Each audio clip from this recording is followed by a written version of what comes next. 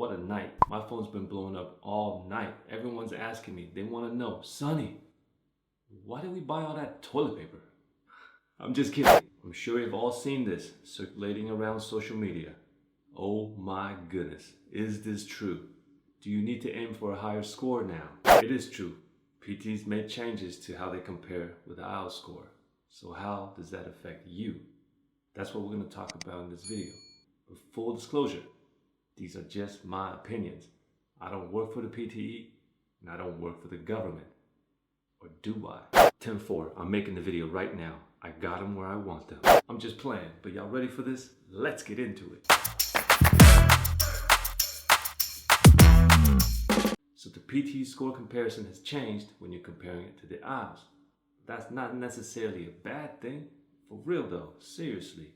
Let's take a look at it again. Starting from the bottom, 5 is usually the lowest requirement. It used to be 36 and now it's 29. Tell me that ain't better.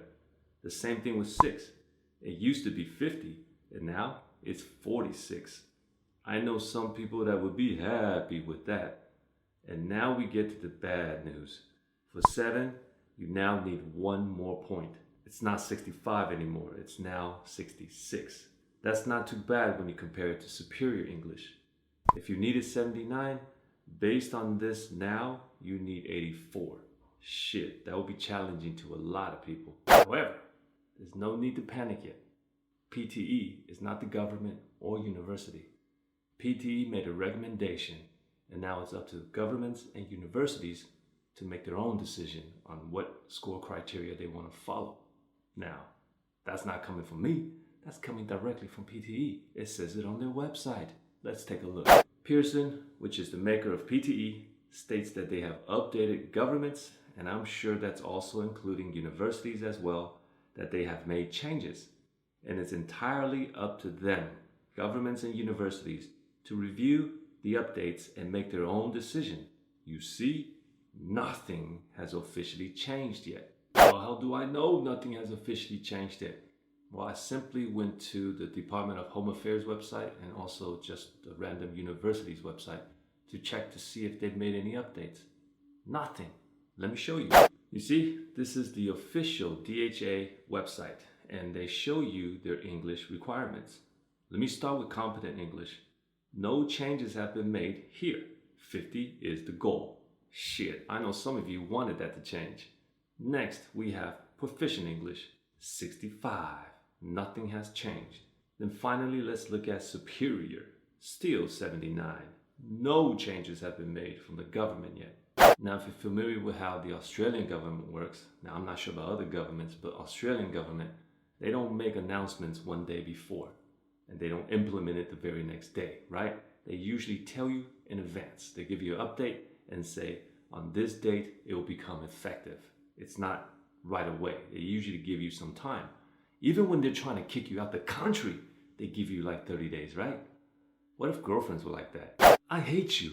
Take your shit and get out of my house in 30 days. So with that said, we need to wait for the government's decision, at least the Australian government.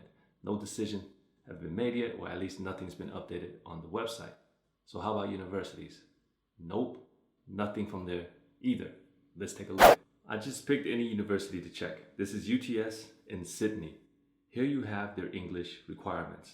This is the requirement for undergraduates, which most people don't do here, but just to show you, no changes have been made.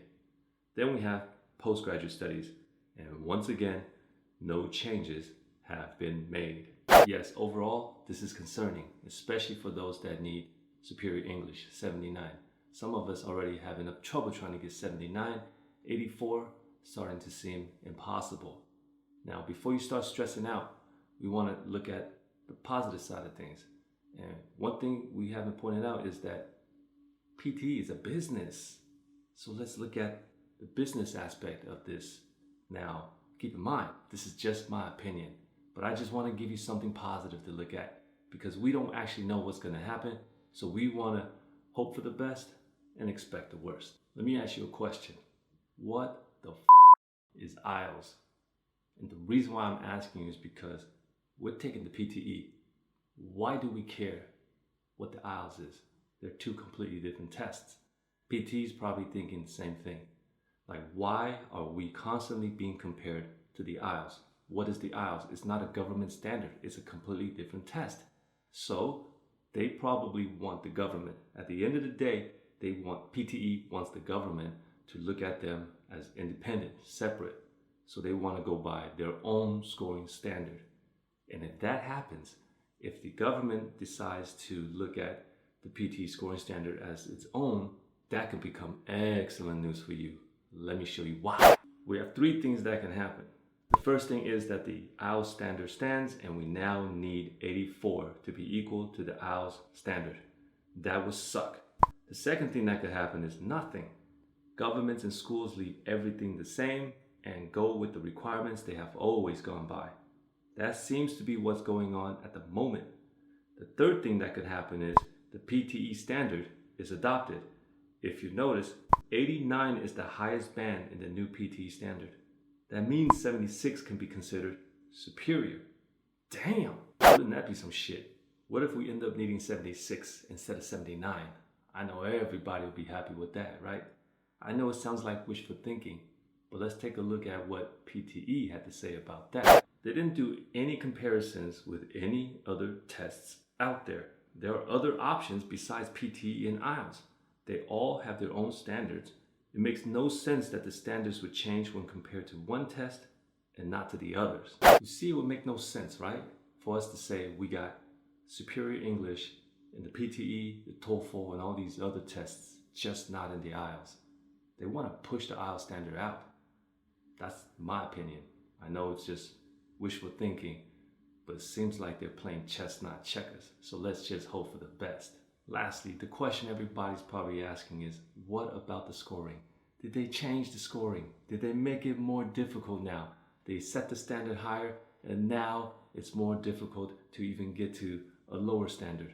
Well, they talk about that as well on the website along with this update that they give. So let's take a look at it. No changes. That would crush your hopes and dreams if they had all the bad news come at once, right? Now, even though they said no changes to the scoring, we can't trust the PTE. Can't trust anybody. Can't trust me. No, I'm just playing. But we know that there are flaws in the scoring system, right? And I'm sure when they fix it, or if they ever fix it, they're not gonna tell us. They're not gonna announce like, yo, we fixed that problem. Nah, so we gotta go and test it ourselves. So you know that's what I'm gonna do.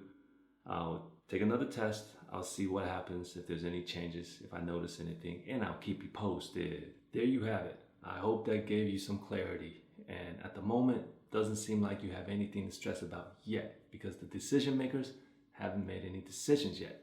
So if you thought this information was helpful, please check out my other tutorials. Remember to give me that like and subscribe, and I'll see you on the next one.